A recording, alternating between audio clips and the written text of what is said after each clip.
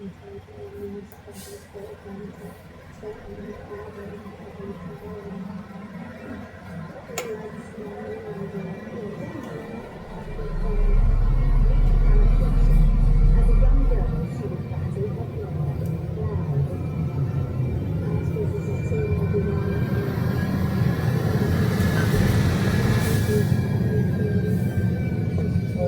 you later. By the time she entered the world of work as a branding executive, she was flying around the world for huge clients. Appearances were important, and she stuck to her favourite makeup brands. She never thought something that made her feel pretty might have led to her feeling poorly. We've gone back to Cardiff, which is where I'm from, before Christmas at my mum's. And whilst I was generally often tired, trying to maintain the lifestyle that we had, I was even more tired than usual. My mum was coming to me. Now in her early 40s, Anna had 2 young kids, so being tired wasn't unusual. This Christmas though, things were different. I noticed my stomach was going quite bloated, so my mum said to me, I think you need to get some doctor's check because you're kind of 41 and you've been the things that can happen. After several months of appointments and tests, Anna was sat in front of her gynecologist.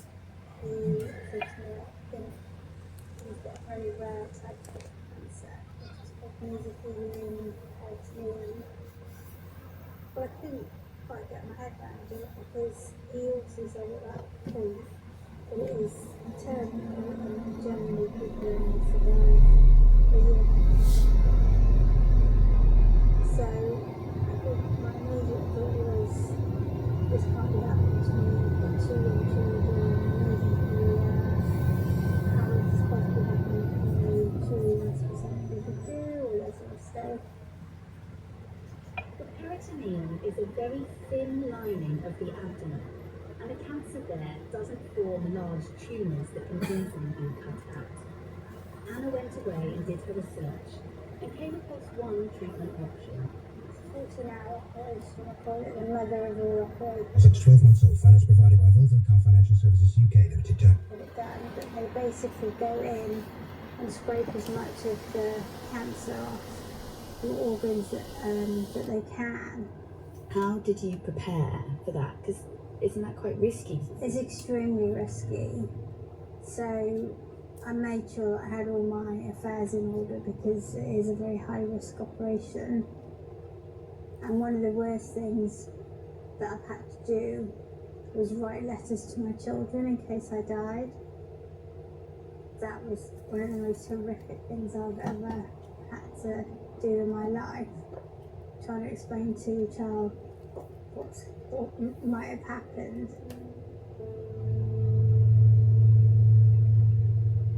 When Hannah came round, doctors told her the operation had gone well and it could have brought her up to 6 years. But there was something else her doctor said. My oncologist did say at that point that it's generally related to asbestos. You need to get in touch with a law firm because obviously at some point you have been exposed. Exposed to asbestos? Hannah had a glamorous job in a modern office building. She wasn't in construction or heavy industry.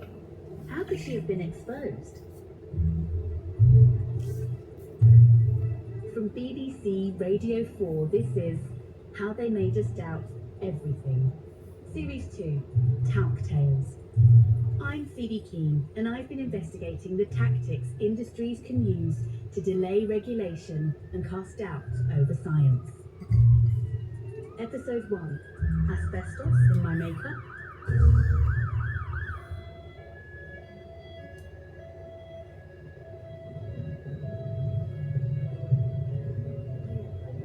Hannah called Harminder Baines, a lawyer who's been representing people exposed to asbestos for decades.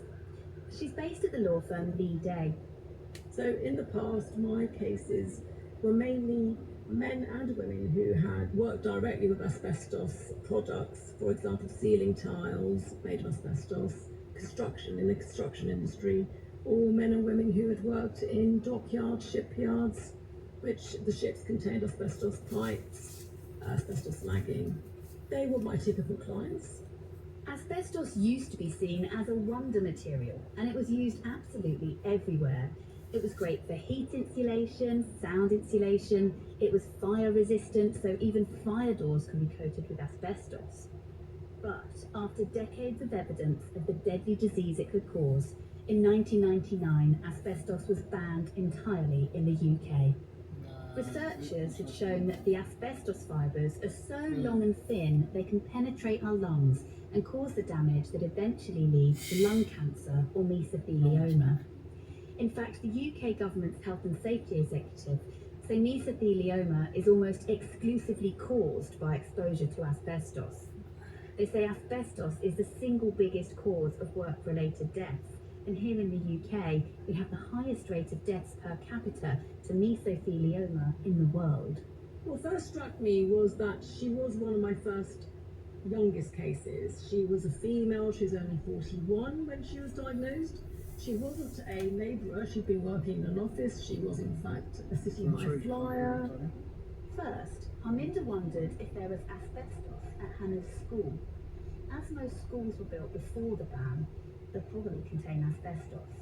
If left alone, it's thought to be relatively safe.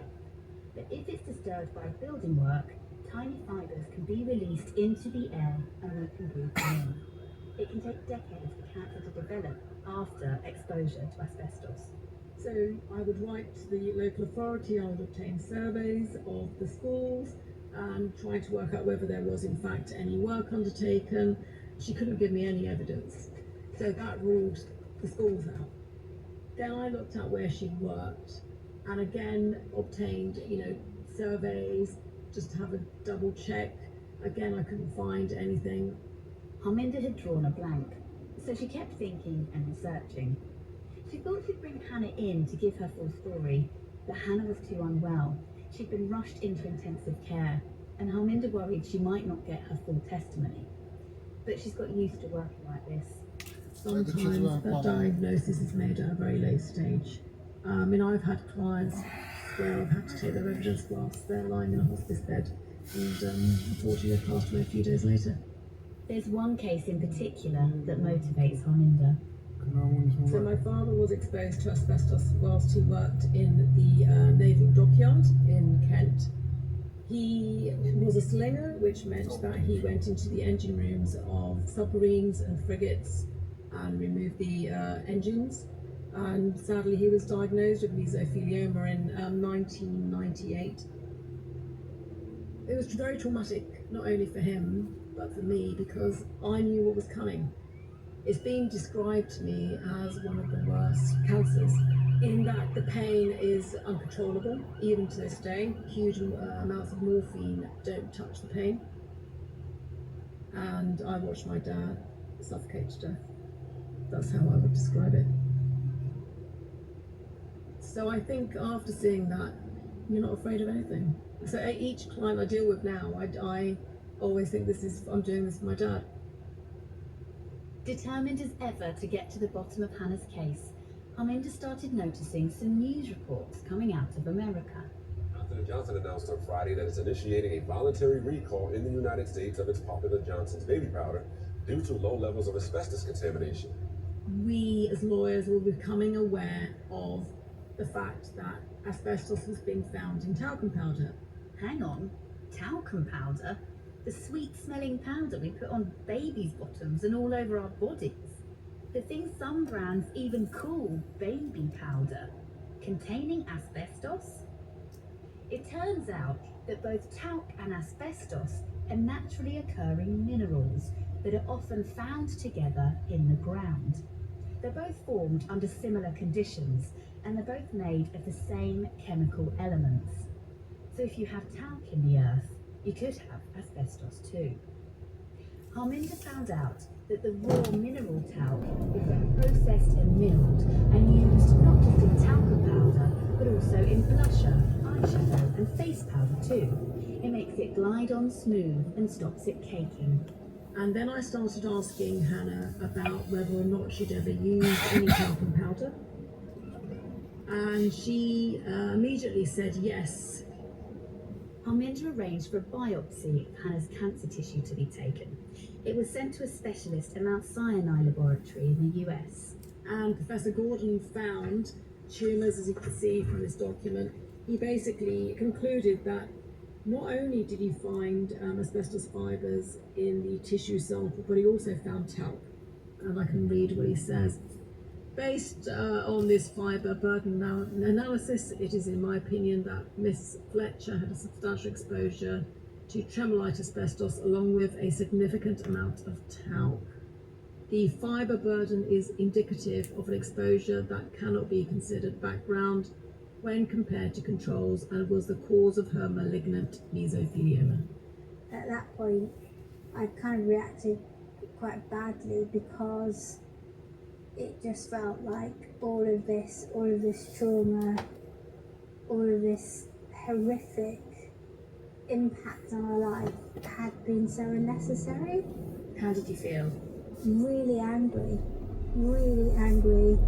because my life had been devastated. It just made me also want to get some justice for this, because it's not just me that this has affected. So I just wanted justice for it all, because it all felt like it was so unnecessary and could have been so easily avoided if the right people had done the right thing when they had the opportunity. Hannah decided to sue the 3 companies that made her favourite talcum powder and makeup products. In response, the companies denied their products contained asbestos and insisted their products are safe. They prepared to fly lawyers from America to leafy Surrey to question her. We'll find out what happens later in the series. But listening to Hannah's story, I started to think to myself, what's in the makeup I've been using over the years? Okay, so I'm looking at my makeup bag. Okay, so I've got a blusher. No information about the ingredients. Not in English. Ah, great. Eyeshadow. Ingredients. Talc. Talc, mica, synthetic, fluorophilipite. I don't know what that means. What's over here? Right, so this is a dry shampoo. Magnesium carbonate. Talc. I've had this bottle for years. To be honest, when I first started reporting on this story, it felt really quite far away. It felt quite American. And then there are products in my makeup bag that contain talc. It's kind of starting to hit closer to home now. In total, 8 things in my makeup bag contain talc, from blushes, dry shampoo to eyeshadow palettes, some spenny brands and some cheaper brands. I'm going to send brand new versions of these products off to get tested for asbestos. Let's see what's been lurking in my makeup bag.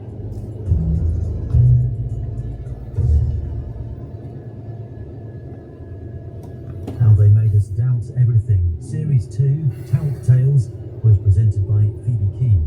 She'll be back at the same time tomorrow here on Radio 4. The full series is on BBC Sounds. New Storytellers on BBC Radio 4. My feature is a love letter to Crossbones. To the extent that it is the success that it is at the moment, or the failure, whichever way you want to regard it, but that the people currently arriving who have not contributed to that are seen in a different light. They're not seen in the historical light of those people who've already come and made their contribution. They're seen differently. We do have a problem with illegal immigration. Well, that's the thing, isn't it? Well, that's the thing. There are categories, aren't there, of everything. Listen, Cliff, thank you so much for the call. We're going to carry on with this subject. Obviously, it's the key subject of the day. More of your calls on this. 0345 6060 973. We don't dream of justifying insurrection, violence, or anything of the kind. But what is really going on? And can it be dismissed as far-right violence? You're listening to Vanessa Feltz, standing in for Sheila Fogarty on LBC.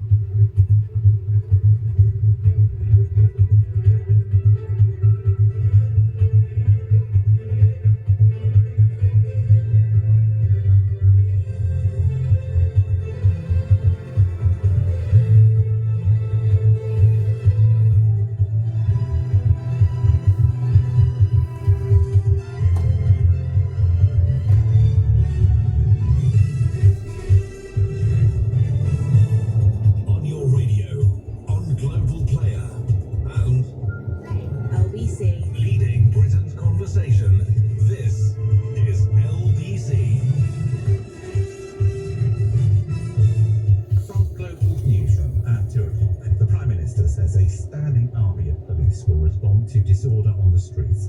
Sir Keir Starmer's spoken after a meeting of the government's Cobra Emergency Committee after a week of violence following stabbings in Southport. I'm absolutely clear that we will have the officers we need, where we need them to deal with this disorder. And that is why the standing army has been set up, specialist officers ready to be deployed to support communities. He also says there will be a ramping up of criminal justice, with Downing Street saying there aren't enough free prison cells to lock up anyone involved. A number of people have started appearing in courts around the country. 2 hotels believed to be housing asylum seekers have come under attack. Yesterday, the Prime Minister called the riot right-wing thuggery, but Dr. Georgios Samaras, the Professor of Public Policy at King's College London, told LBC Sir Keir Starmer has to look at his own policies. Well, the Labour Party needs to face up to the harsh reality that they've also adopted an anti-migrant rhetoric over the past couple of years. So they need to take responsibility, critically reflect on what has been going on, and confront the alarming rise of Islamophobia and racism in the country. Global stock markets have tumbled because of fears the US economy could go into recession. The index of the UK's leading companies has lost around 3% of its value. The family of a man hit and killed by a police patrol car in East Sussex have expressed their shock and disappointment after charges against the officer involved were dropped at the last minute. PC Christopher Corker, who's 40, had been due at the Old Bailey today, charged with causing the death of Arthur Horsher Emmett by dangerous driving in Peacehaven. Team GB have claimed Olympic bronze in the triathlon mixed team relay after officials downgraded them from silver and out 6th in the medals table. Swimmer Duncan Scott has become Scotland's most decorated Olympian with 8 medals, overtaking Sir Chris Hoy. The latest came in the men's 200 metres individual medley. Emotions are still pretty drained, mentally and physically, but delighted with firstly being able to go back to back in the 4x2, exact same quartet, and then being with the medal in Summer Ryan again is really special. But yeah, never did I think I'd be in that sort of company, which is quite special. In the city, a short time ago, the FTSE 100 was trading down 251 points at 79.24. The pound buys $1.27 and €1.17. LBC weather: rain in Scotland, Northern Ireland and northwest England, warm and humid further south, and a high of 25 degrees.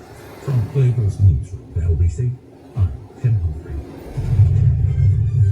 This is LBC from Global, leading Britain's conversation with Vanessa Phelps.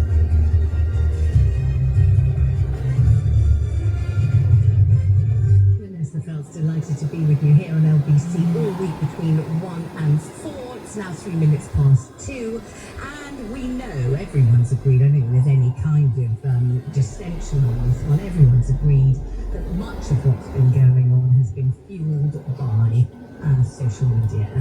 Caller after caller to LBC has said to me, Vanessa, I've been scrolling the weekend, I saw this, I saw that, did you see the footage about this, and everybody, I think, is united in believing that social media is a means by which communication is instant, and if you want to spread a message that is something that you have invented or created, or something that you have changed or titivated or altered to look a particular thing when it's not, that's the place to do it.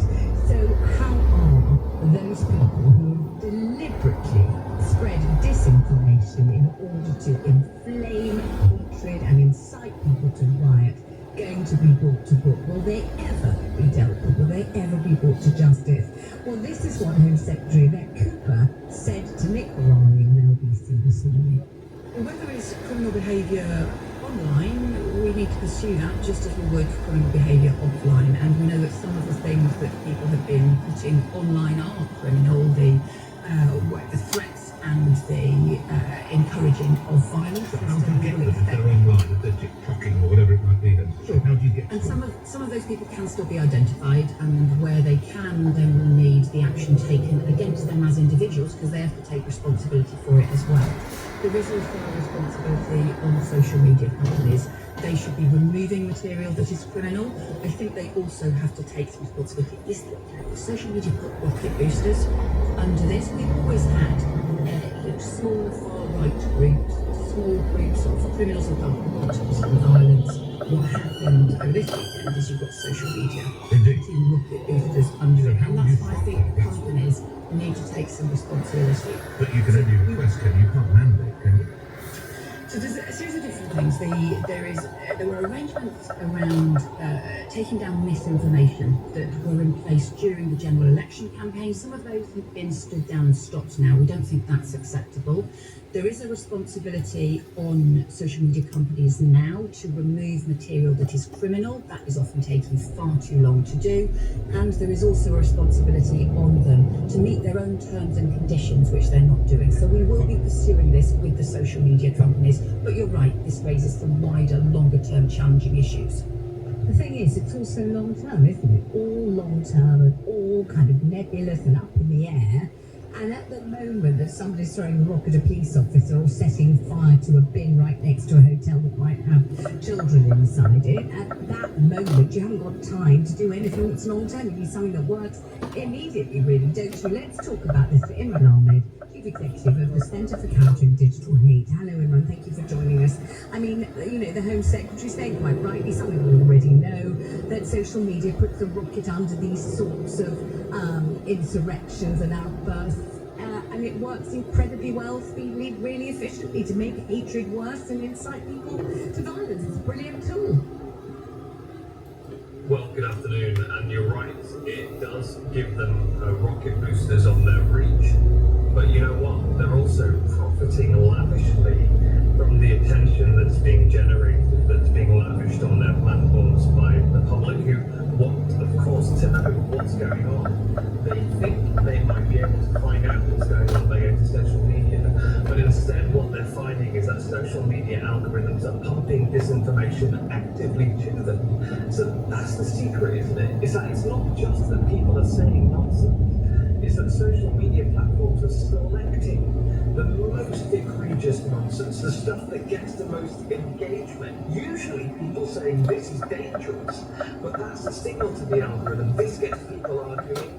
They pump that into millions more feeds, and what you get is some people who just don't know what's going on. They go online, the first thing they see is a Muslim has done something terrible, and there's other people organising to go and protest against innocent people. So, you know, we're seeing not just the amplification of nonsense and the devolving of our public sphere into a morass of nonsense that's impossible for the average person to work out what on earth is going on. But then people like Elon Musk and Mark Zuckerberg, heaven knows, are rich enough, getting even richer off the back. All right, what can we do, if anything, to stop it? Because we've talked for years, it feels like to me, about curbing all kinds of pernicious things on social media, whether it's children being targeted, whether it's child pornography, whether it's bullying, whatever it is, and you know, everyone's agreed, yes, it's incredibly dangerous, it's very divisive, it's destructive, it's appalling in every way, really got to be stopped. How far do we ever get with any of that? Well, Vanessa, I don't imagine that you would remember, but I certainly remember that my first interview ever on the radio was 5 years ago with you, and it was talking about trolling online and the pernicious way in which it affects our politics. Now, look, 3 years after that first interview, I was the first witness to give evidence to the Online Safety Act Committee.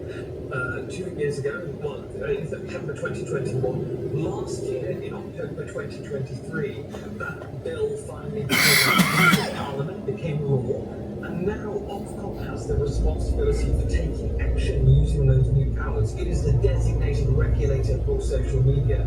The trouble is that they have to go through a process of consultation, which is taking 2 years. So until they actually go through that consultation, which they need to do by law under the Act, they can't actually take action. Now the Prime Minister could say, you know what, we've had enough with the ways in which social media is not just affecting the psychology of our children, it's not just affecting our democracy in elections, it's now causing riots on our streets. I'm going to accelerate that process. He could do that. But instead, last week, when members of the cabinet had these social media platforms in their offices when they were meeting with them, they didn't ask them anything. They didn't say a word. They didn't raise. What did they say to them? What was the point of the meeting? Gosh, I simply don't know. Perhaps a meet and greet and suggesting that they move their offices to London. I don't know. And I think that when you're dealing with these social media companies, we need to be incredibly robust. We need to be aware that they are profiting by damaging our children's mental health, the cohesion of our communities, and now they're putting police officers' lives at risk. It's utter madness that we are treating them as anything but hostile forces within our society. So when the Home Secretary says, as we've just played her saying this morning to Nick Ferrari on LBC, the perpetrators will be dealt with, you cannot do this kind of thing online and get away scot-free, that's not going to happen, we're going to, I shouldn't say hunt them down, but effectively we're going to get them and bring them to book. Do you hold any hope at all that what she's saying will come to pass? Or is this just hot air, just empty rhetoric, saying what you'd like to happen, but doesn't stand a chance in hell of ever happening? Well, we will see. I mean, what do you think, though? Because this is your area of expertise. And how easy or difficult is it for an already beleaguered and depleted police force, which is actually out in force on the streets, trying to maintain law and order, to simultaneously go and arrest the perpetrators and all the thugs by going through the footage and seeing who they recognise, and at the same time track down the people on social media who were fueling it behind the scenes? And how can they possibly do all those things at once and quickly? Well, look, what I hope is that over the coming weeks and months, we see some very high-profile prosecutions brought by the Crown Prosecution Service. And I live in Washington D.C., as you know, Vanessa. Months, years after January the 6th, we're still prosecuting the miscreants who assaulted the Capitol. It takes time to do the forensic intelligence work that will lead to arrests and will lead to punishment. But I don't need forensic intelligence work to work out how it is that the lies have been spread that have led directly to violence on our streets. And I can tell you exactly where to go and arrest the people responsible. In fact, the government knows because they've been meeting with them and having them in their offices. So I think it's really important that we remember that when it comes to the people who have energized, enabled, and profited from this violence, they're known commodities. And the bad actors, we know who they are as well. And it is about time that they were asked to be held, that we hold them accountable for the damage that they're doing to our society. I hope to see the CPS take vigorous action against the perpetrators of violence, but also the perpetrators of lies who incited that violence. And just to explain, what's in it for Elon Musk if he does as you've just suggested? And what's in it for Elon Musk if he doesn't do what you've just suggested? Well, theoretically, under the Online Safety Act, the platform X could be fined quite significantly.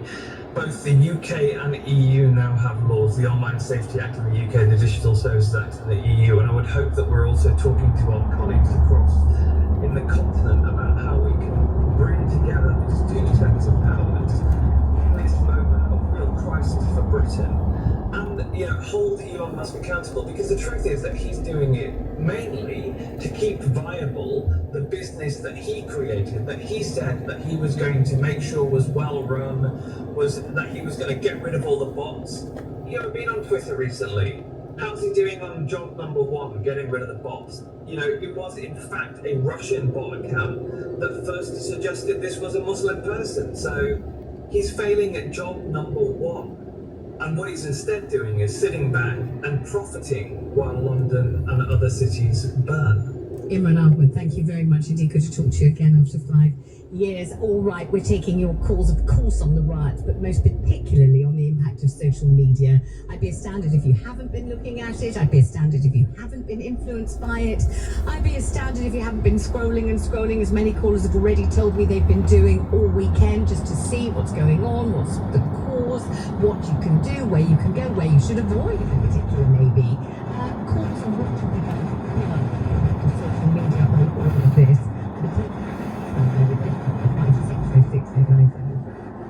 Vanessa Phelps, the time 2:15. This is LBC. You could be our next Win Plus winner. Enter now to win big cash prizes and loads more at winplus.co.uk. 18 plus, GB only, T's and C's apply. Is he going to smash the record? Will she make it to the final round? Have they got enough left to last the distance? When you're cheering on your sporting heroes, there's no feeling like live TV.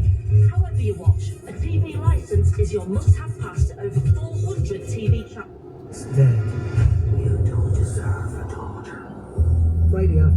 2:15 on Radio 4 and BBC Sounds.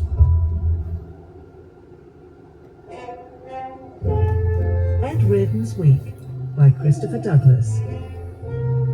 Episode 4, Ed in Paris. And worse still, as I'm sure Radio Hearts and Maps listeners will agree, is the asinine confraternity of TV writers, directors and actors boasting that their careers advisors urged them to get a job at Marks and Spencer's, the self-satisfied implication being that they've done incomparably better for themselves than that. I think it's high time hard-working careers advisors have the right to reply, especially over the end credits. See, I told him he was no good when he was 15, and that was right. Now you've wasted an hour watching it, though probably not hearing it because he mumbles so much you have to put the subtitles on. He did that when he was 15 too. Here endeth the life lesson. Ed Reardon there, keeping it grumpy in the Radio Hearts and Books Soapbox corner this morning. More on that overturned slurry truck holding things up on the A4251. Why can't they pump it in the river where it belongs? Text 9 o'clock Wendy. Some of us need to get to training. Feeling your vein wins. Here's Leo Sender. Oh, Ben. Monday. I like to think there's still a place for the public intellectual, but it's possibly not Radio Hearts and Bucks Soapbox Corner. It's sobering to reflect that Ed Reardon was once regarded as a hot young novelist, and yet more flatteringly, to quote the Sunday Times, a peddler of convoluted scrapings from the cesspit. No longer, it seems. Cruel indeed are the vagaries of fashion. My current difficulty is that without Elgar as a sounding board, I have no way of trying out my opinions. To paraphrase E.M. Forster, or possibly Carol Kirkwood, how do I know what I think until my cat hears what I say? Sorry, Maggie, off chance. Do people who play the piano in railway stations annoy you? The approach to social media bans is social media from any country other than theirs. The Western world could go that way or could teach people how to determine lies. I've seen a lot of pages online where it's easy to know from the grammar that it's not an American or British person. A lot of people buy it though. The truth is many people are easily tricked. They need to be taught. Jenny said social media's been overrun. It's dangerous. And Tony says, I 100% agree with this guy. Change the law and hold social media to account. Close them down if they don't want to play by the rules of our country. They will bend because they're all about making money. Let's talk to Nigel on the line in Scunthorpe. Hi Nigel, thank you for phoning. Good to hear from you.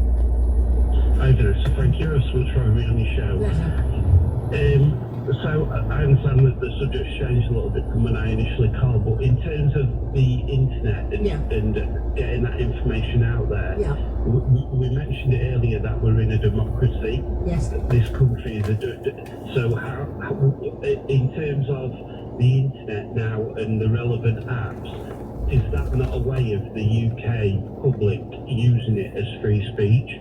Where's the line between incitement and actually giving information out? Well, depends whether the information's true or not, depends on the way in which the information's couched, and it depends what the information is encouraging other people to do. I mean, if it's just a straightforward statement of fact, or if it's a misinterpretation or a fabrication or something of that kind. I mean, the information that the accused person who is believed to have stabbed those beautiful little girls to death is a Muslim with a kind of ridiculously stereotypical kind of Muslim name that was completely invented.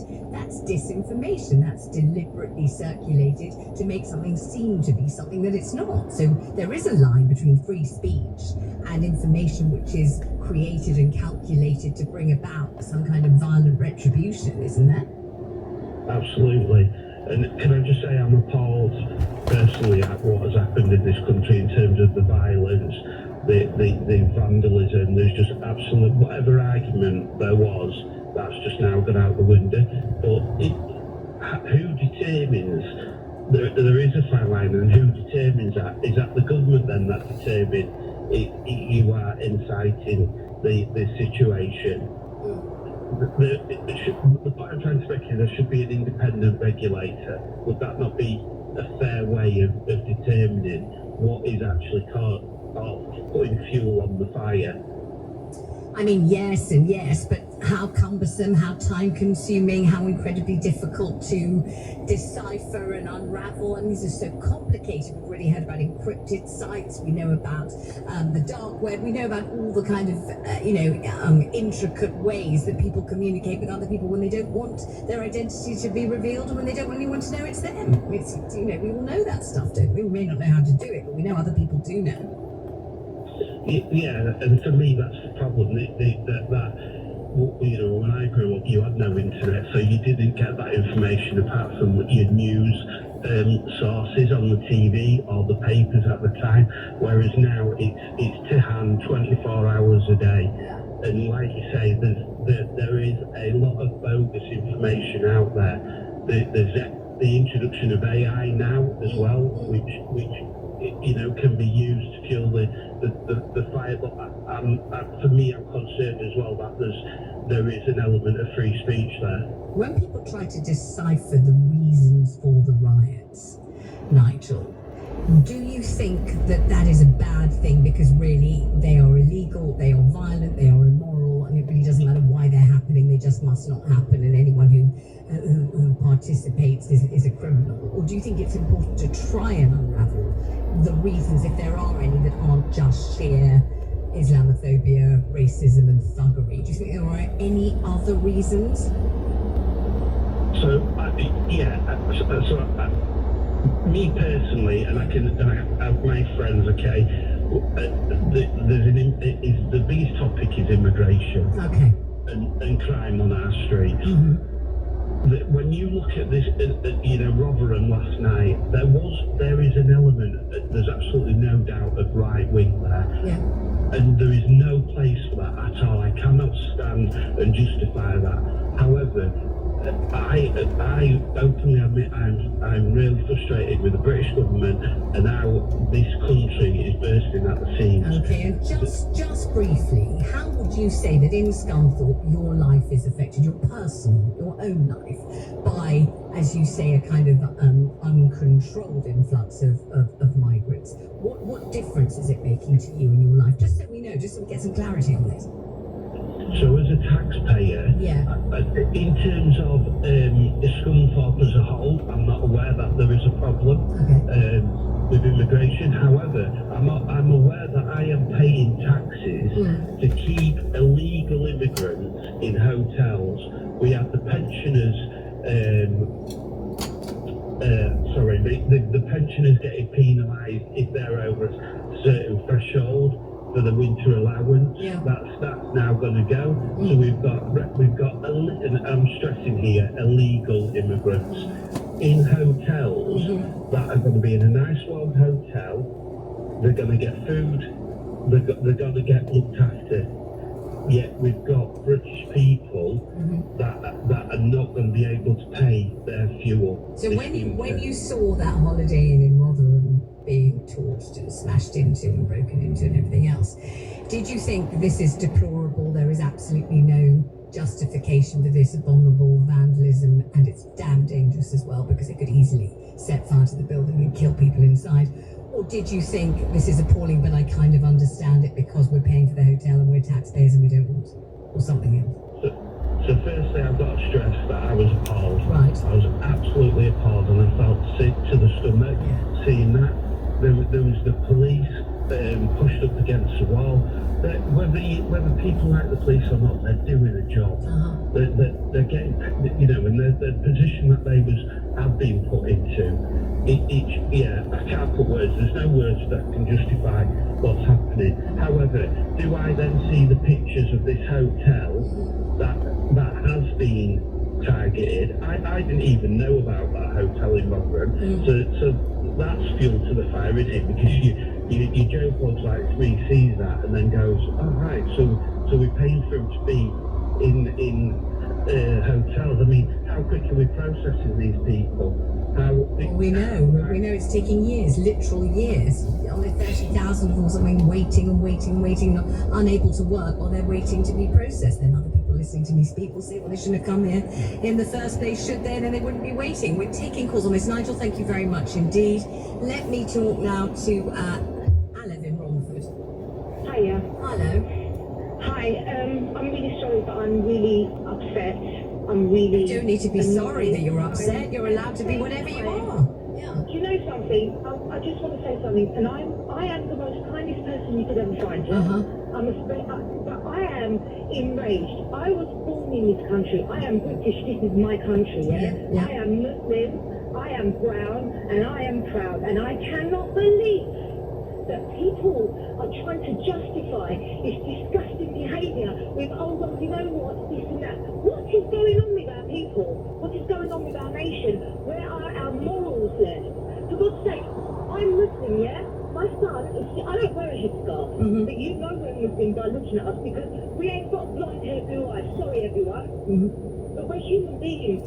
We pay our taxes. I'm a special needs teacher. I have a severely autistic son. They're supposed to be going and getting a blood test done today. But because we're Muslim, we need to stay indoors. Tell me about that, though. Seriously? Really? I've had enough. Take me put it this way. But seriously, hang on, wait. Your son was meant to get a blood test today, and you really feel that you better not go. So literally, you're too frightened to go. It I haven't let my son go to school yet. Do you know why? Why? Because this hasn't been going on for just a week. This has been going on for a very long time. So what sort of thing have you experienced in the Romford area that makes you feel you can't go get a blood test? I'll give you a prime example. Please, yeah. My great granddad was in the in the army, British Army. My father was working for the Ministry of Defence.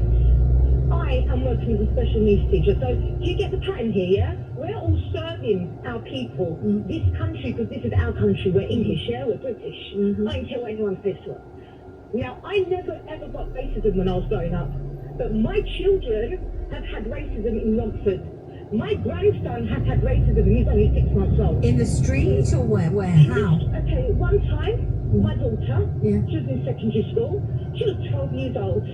One of the kids come up to her and said to her... Don't say anything on the radio that we can't say. No, I'm not going to say anything later, don't worry, I'm a special needs teacher, I know all that stuff. I'm just so angry, Mother, don't worry. I'm not going to swear. Good. The girl comes up to her and says to her, your parents must really hate you because they washed you in a dirty lake, and that's why you're always dirty and brown. Oh my goodness. Okay? Yes, I hope the school dealt with it. Did the school deal with it? No. Why not? They didn't. They said kids will be kids. My son was stopped for a random spot check by the police because he looks like a terrorist in their eyes because he's 16 but he looks like he's 20. He's tall. He's got brown skin. He's got a lot of facial hair. Sorry, this is our makeup. This is our genetics. It doesn't mean we're monsters. Secondly... So hang on just 1 second, Alif, because I'm going to have to stop to go to the news headlines in a minute, and I really don't want to because I would really like to talk to you much more about this. Do you see, when you look at the rioting and the rioters, all of it, or, you know, kind of in conjunction with all the different places in the country, all the different attacks on a library, a food bank, a hotel, whatever it is, do you see pure and simple racism, bigotry and hatred, or do you see thuggery, criminality, you know, people who wish to influence other people? What do you see? Right, this is what I see. I see an organisation that is trying to stir hatred and anger in the country because at the moment... Well, hang on, wait, which organisation? Who do you mean? Who? I'm not going to say names because there's too many of them. Whoever doesn't want immigration and whoever thinks that all Muslims are terrorists, those kind of mentality people, you can't put them in one basket. You can't say they're this group or they're that group. It's about that individual. It's about the lack of education they've had, the upbringing they've had. What did you think might happen if you took your son for the blood test that he needed today in Romford? Okay, I'll tell you what would happen. What would happen? Our NHS is already crumbling, and because these very immature, uneducated people have done this, my son is severely autistic. So I will have to take my son to Queen's Hospital, and because they are so busy and inundated, my son won't get a STEM nurse. So my son will have a few full-blown panic attacks, start self-harming, and then he will have to be restrained by 2 doctors for a blood test. But now, if these so-called people cared about their country and their people so much, they wouldn't put the burden that they have on their people and their country. We're already on our knees. We're already trying to rebuild our country. So anyone that's absolutely devastating call, and I don't know if you heard, Alef, I don't know if you heard me yesterday. I was in Carol Vorderman's slot yesterday, and a Muslim caller, talked about the sheer number of his grandpa's grandchildren in this country who are doctors, nurses, pharmacists, and he talked about the number of patients that and dentists as well, that his family have looked after and served. It's a very similar call, a very similar kernel of content to the call from you, and I'm devastated that you are so distressed today, and devastated that your son hasn't had the blood test that he needs. Thank you very much indeed for calling. This is Vanessa Feltz on LBC. It's 2:31 and it is time for news headlines with Tim Humphries. The Prime Minister says there will be enough police to deal with the rioting that's been taking place across the UK. Sir Keir Starmer held an emergency meeting earlier and says those involved in violence following stabbings in Southport a week ago will feel the full force of the law. Stock markets around the world have dropped sharply amid fears the US economy may be heading for a recession. Japanese shares have closed much lower than normal in the biggest fall since Black Monday in October 1987. A second teenage boy is due in court, charged with murdering a man who died in a house fire in East London. His thought fireworks were thrown at his home in Dagenham last month. LBC weather, rain in Scotland, Northern Ireland and North West England. Warm and humid further south, and a high of 25 degrees. This is LBC. What are you doing? Oh, looking for a used car online. Try Spotica. I don't want a car with spots. What? They're the manufacturer-approved used network for Peugeot, Citroën, Vauxhall, Fiat, Jeep, Abarth. They've got over 300 Spotica retailers nationwide. Yeah, and cars with spots. No, there are no spots. They're called Spotty Car. Yeah, S-P-O-T-I. But look, remember when you thought fish really had fingers? Understandable mistake? Spotica. Manufacturer-approved used cars. No spots. Visit spottycar.co.uk today. Life is like a pack of Warburton's crumpets, full of holes and on sale at Morrison's for 90p for 6. Actually, that's not like life at all. But Warburton's, the family bakers, are trying to make life a bit easier during the school holidays. Just ask for Ellen at any Morrison's cafe and we'll give you all 2 toasted crumpets for free. No questions asked. Good stuff is baked in at Warburton's. Available from the 5th to the 25th of August. Search Warburton's Good Stuff. Terms apply. Is he gonna smash the record? Will she make it to the final round? Have they got enough left to last the distance? When you're cheering on your sporting heroes, there's no feeling like live TV. However you watch, a TV license is your must-have pass to over 400 TV channels, with a whole summer of sport to really get your heart racing. To find out more, search TV License Sport. Investing with AJ Bell feels so good, you'll just have to ring that bell. What's that? You haven't got a bell? That's cool. You can ring any bell. Church bell, cowbell, doorbell, bus bell. You can even ring an Annabelle. Hello, Annabelle speaking. That's it. That's the sweet sound of... Oh, okay, you want more bells. Dinner bells, bike bells, dumbbells, sleigh bells, tubular bells, hells bells. Any bell, anywhere, anytime you like. That's the sweet sound of investing with AJ Bell. AJ Bell. Feel good investing. The value of investments can go down as well as up. Imagine if that me, you know the one, could actually take a pic of your festival fit and get the DJ in too. No need to imagine. Just unfold your new Samsung Galaxy Z Flip 6 and watch an AI and auto zoom fits everyone and everything in shot. Chit-chat about nothing. The heart sinks. Just dumb actors and footballers plugging their children's books. Well, I hope we can give Who Would Father's Bear a bit of a puff. For sure. On Club Direct Channel, we discuss everything. Politics, war, sex, philosophy, economics, sex, architecture. That's good to hear, Claude. The spirit of 68 is alive on Club Direct. Sur les pavés la plage. Excuse me? Under the pavements. So, how about I read a bit from Fathers, the second and third chapters, perhaps, and then we get straight into the interview, yes? For sure. Nothing is off limits. You can join us, maybe talk about sex for older women. It's an important subject. Well, yes, it is, but I think I'll just sit and watch. You want to bang a tambourine or something? No, thank you, Claude. I'll be fine with my knitting. And of course, I want to ask you about working with the director, Jason Duval. Oh, there's not a huge amount to say about him. We haven't seen each other for years and never really got on. Oh, exactly. Those dolphin movies, I mean, rarely. But in this country, he is known for his early film. Which one's that? In French, the title is C'est un monde new. I don't know what to say. It's a new world. Yes, of course. Ed is in it. Yeah, no, not really. Wellington. You appeared in cet amant. No, that's someone else. Robert Asquith, probably. Anyway, I want to say we are very excited for the edition club issue of Who Would Fathel's Bear. It's an honor to be here, Claude. Oh, but many people have started again. And your man is still here.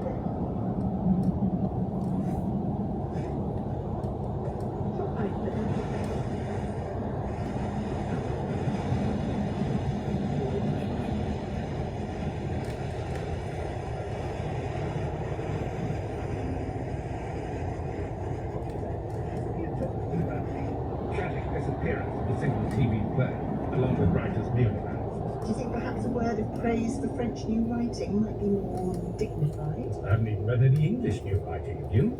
I skimmed a piece in Saturday's Telegraph saying that Montélimar is the nougat capital of France.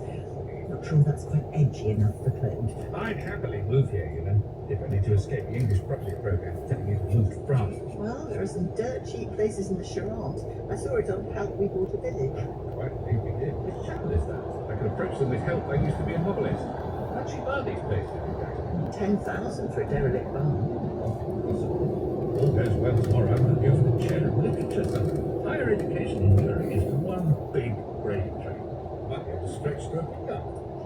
Pause the property plans until after the contract. La vision, monsieur. Merci. Good. Brief. Keep the change. Buy yourself a watermill or something. Et nous reviendrons pour parler avec l'auteur célèbre Adriaden après cette pause. Okay, off to the commercials. Ed, would you like to join me on your piece? It's on the bed. Yes, right. Maggie, if there's room for one more, if you will stay out. You're not meeting.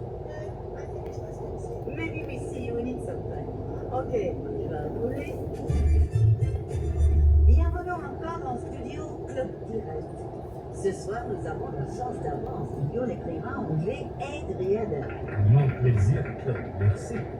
Auteur célèbre de Qui porterait les fardeaux. Qu'est-ce qu'on peut dire de ce livre? Fardeau. C'est un roman très furieux de l'institution, mais aussi une histoire de la sexualité, violence, nudité, sur le slavisme. In English, we can understand. Oh, well, for sure. So, Captain, Barbara and Ken consummated their love in the fold of the slaggies. And everybody crawling with police last night. Ah, welcome, Monsieur Chasmilvan, to Globe Direct. That's right. Won't you join us on the bed? You doing here? Well, I thought I'd come and help you. Shut up, really. Well, look, this friendship. It's so cool to get you guys together. Our wonderful agent Ping said he was coming on your show, so I wanted to make sure he didn't make a fool of himself by moaning about his meal allowances. No need, thanks.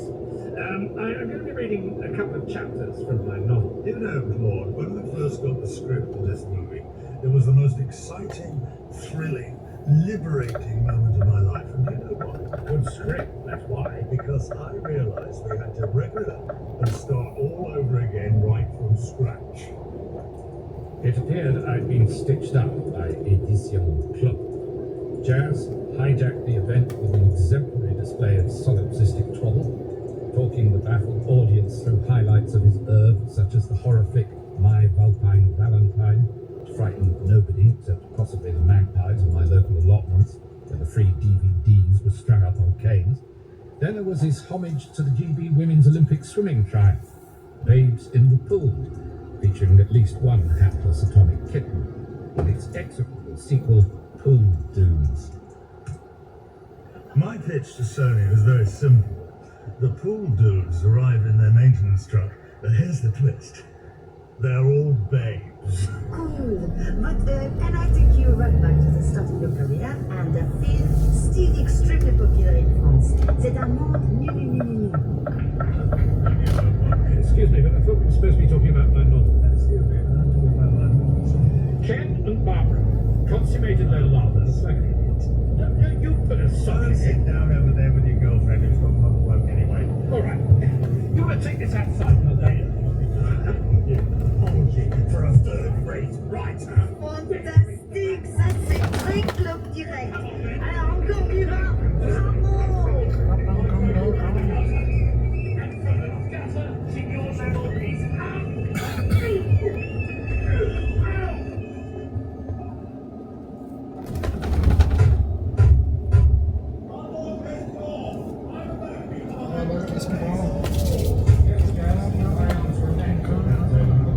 Where the hell's Pete got to?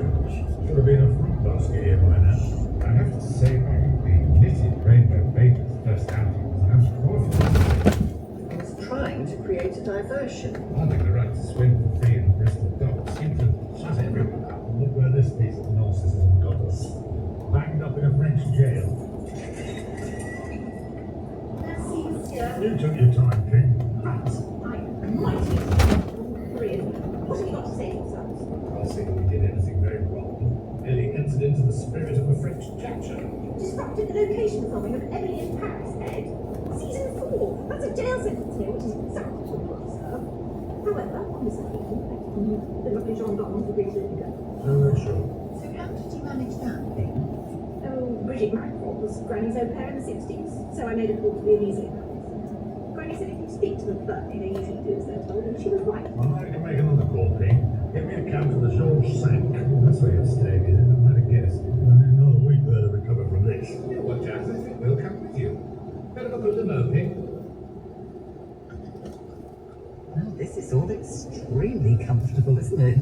I'm not sure I'd want to be paying $3 grand a night for it. All that, and you still get Lipton's tea bags. Are we going out for dinner? Oh, room service, I think. Good.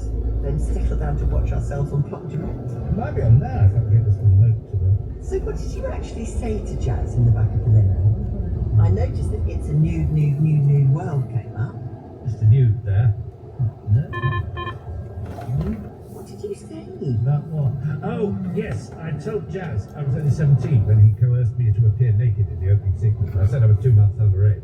And were you? No. So you to see the sphere of influence of government, whether it can, kind of insert its tentacles into social media platforms, which are businesses owned by other people and corporations, and kind of influence who is and isn't allowed to, trumpet their revolting views abroad. I don't know. Thank you for the suggestion, though. Interesting to hear from you. Let's talk to Andrew in Cardiff. Andrew, hi. Oh, just dropped off the line. Okay, so we're taking your calls on 0345 606 0973. This is Tony. He says 100% agree with this guy. Change the law and hold social media to account. Close them down if they don't want to play by the rules of our country. They will bend. They are all about making money. Is Vidal on the line? Yes, let's talk to Vidal. Hi. Hi there. Sorry. No, you don't have to be sorry. Hello. You're in Streatham. Tell me your thoughts on all of this. Yeah, so I know you're talking about social media, but I want to direct back to mainstream media. Because when this gentleman was taken away by police, the report was a black man was taken away in cuffs by police. Yeah. Now, why would you need to report the colour of someone when they're actually taken away? It's not a manhunt. If it's a manhunt, I understand you put a description, he's black, he's this, he's that, but he's already taken away by police. So if you're not trying to stoke racial tensions, why would you mention colour? Because when a white man was taken away by police, we never hear a white man was taken away by police.